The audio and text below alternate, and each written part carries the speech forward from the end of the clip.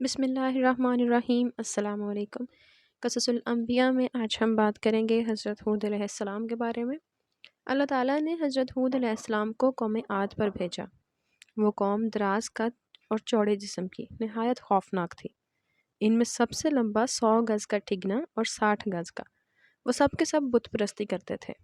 جب حضرت ہود علیہ السلام نے ان کو ایمان کی طرف بلایا تو انہوں نے ان کو ایذا دیے اور ان کی بات ماننے سے انکار کر دیا۔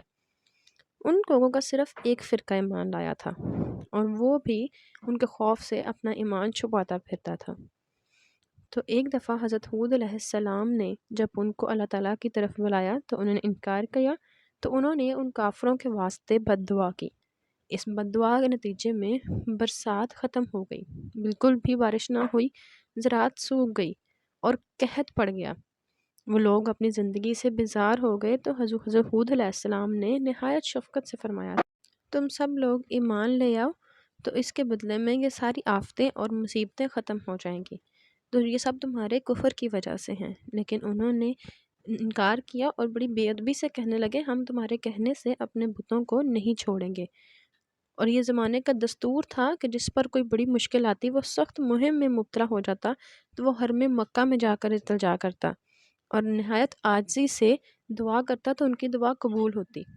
ان لوگوں نے ایک قوم مکے میں رہتی تھی اور اپنے تئیں شریف اور سردار مکہ کہلاتی تھی۔ جب ان بلاؤں میں گرفتار ہوئے تو ان کے کچھ لوگوں میں سے 70 رئیسوں نے مکہ جانے کا ارادہ کیا اور سب جانے کے لیے تیار ہو گئے۔ ساری قوم نے ان کو کہا کہ وہاں جا کر دعائے استسقائے برائے رحمت کرنا۔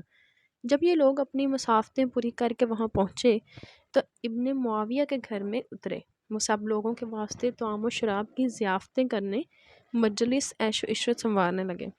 وہاں جا کر وہ لوگ اپنی بھوک پیاس بھول گئے اور دعا کرنا بھی بھول گئے، تو وہ سارا دن رات گانے سنتے رہتے۔ اور ادھر ساری قوم حضرت ہود علیہ السلام سے کہا کہ ہم تو تمہارے خدا کو ہرگز نہیں مانیں گے، تم ہم کو اللہ کے عذاب سے ڈراتے تو ہو، تو اگر تم چاہتے ہو کہ ہم تمہارے خدا کو مان لیں تو ہم کو اپنا خدا دکھاؤ، اگر تم نے خدا نہ دکھایا تو ہم تمہیں مار ڈالیں گے۔ یہ سن کر حضرت ہود علیہ السلام نے اپنے خدا کی درگاہ میں عرض کیا، خدایا مجھے ان ظالموں سے بچا لو، کیونکہ مجھ میں ان کے ساتھ لڑنے کی طاقت نہیں ہے، شاید یہ لوگ مجھے مار ڈالیں۔ اس قوم کے سردار کا نام عاد تھا۔ اس کے زمانے میں طوفان تک 700 برس گزرے تھے اور اس کی قوت اس قدر کی تھی کہ اگر پتھر پاؤں مارتا تو وہ پتھر زمین میں گھس جاتے، لیکن پھر بھی وہ نافرمان تھا اور کہتا تھا کہ ہم میں سے سب سے زیادہ قوت والا کون ہے۔ پھر حضرت ہود علیہ السلام کو حکم ہوا کہ وہ جو لوگ ایمان لائے ہیں ان کو اپنے ساتھ لے جا کر پہاڑ پر رہے۔ تو حضرت ہود علیہ السلام ان کو ساتھ لے گئے اور پہاڑ پر رہنے لگے اور کہا کہ اے قوم، اب تم کو ہوا ہلاک کرے گی اور تم پر غضب الہی عنقریب آئے گا۔ تو وہ غرور اور تکبر سے کہنے لگے کہ کون سی ہوا ہے جو ہم پر غالب ہوگی؟ کافروں نے کہا، ہم تو توبہ نہیں کریں گے اور نہ ہم تم کو اس کا رسول تسلیم کریں گے۔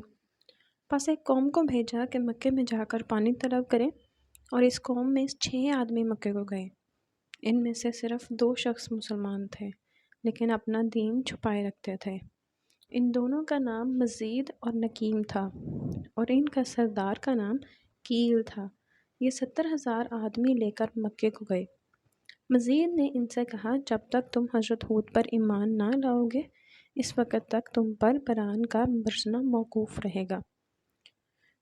ان سب نے اس کو جھٹلایا۔ اس کے بعد مزید اور لکیم نے کہا، یا الہی، یہ لوگ تیری رحمت کے قائل نہیں، تو ہماری حاجتیں پوری کر۔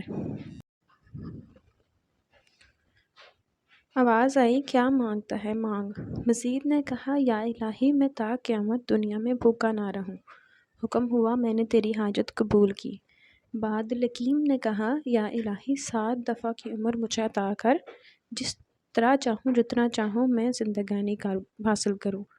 حکم ہوا، میں نے تجھے بخشی۔ اور کیل نے کہا، خداوند، کوئی ہماری قوم میں بیمار نہ ہوا کہ تجھ سے شفا چاہوں، اور نہ کسی مشکل میں پڑا ہوں کہ تجھ سے یاری مانگوں، مگر پانی مانگتا ہوں واسطے قوم عاد کے۔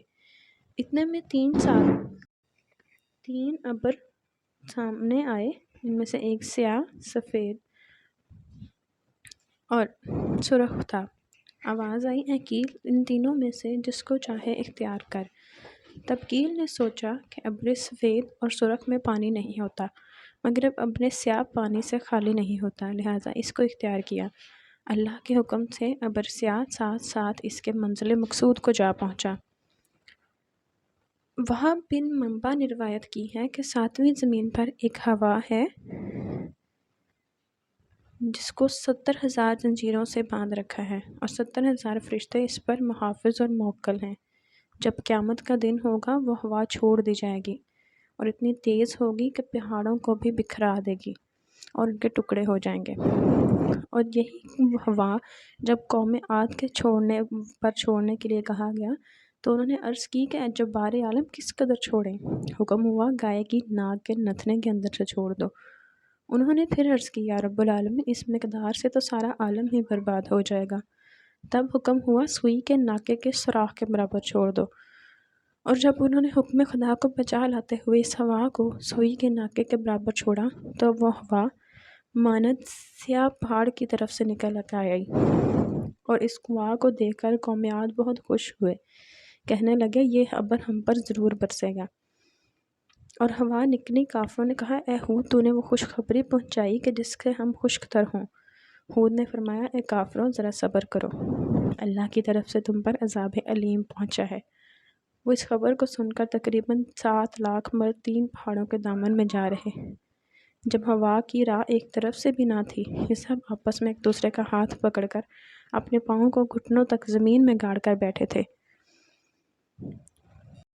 جب کافروں نے اپنی قوت کا غرور کیا تو اچانک ایک آواز اتنی زور سے آئی اور ان کے پاؤں زمین سے اکھاڑ کر پھینک دیے، اور پتھر دھول خاک 1 برس تک پڑے روتے رہے، اور جو شخص بھی ان کی رونے کی آواز سنتا تو وہ بھی ہلاک ہو جاتا۔ نہایت بھیانک اور خراب آواز ان کے رونے کی تھی۔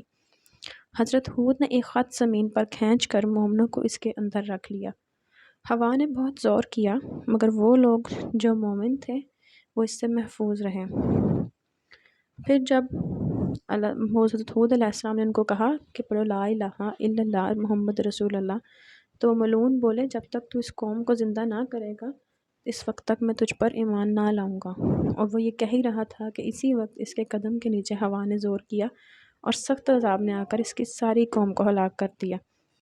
اس کے بعد حضرت ہود علیہ السلام تقریباً 400 برس تک زندہ رہے، اور اس کے بعد دنیائے فانی سے رحلت فرمائی۔ ان کے دنیا سے چلے جانے پر تمام مومنین کافی عرصہ تک روتے رہے، اور مومنین حضرات نے نہایت احترام کے ساتھ حضرت ہود علیہ السلام کو دفن کیا۔ اور ایک روایت میں ہے کہ حضرت ہود علیہ السلام کے انتقال کے بعد ان کے ماننے والے مومنین 100 سال تک زندہ رہے۔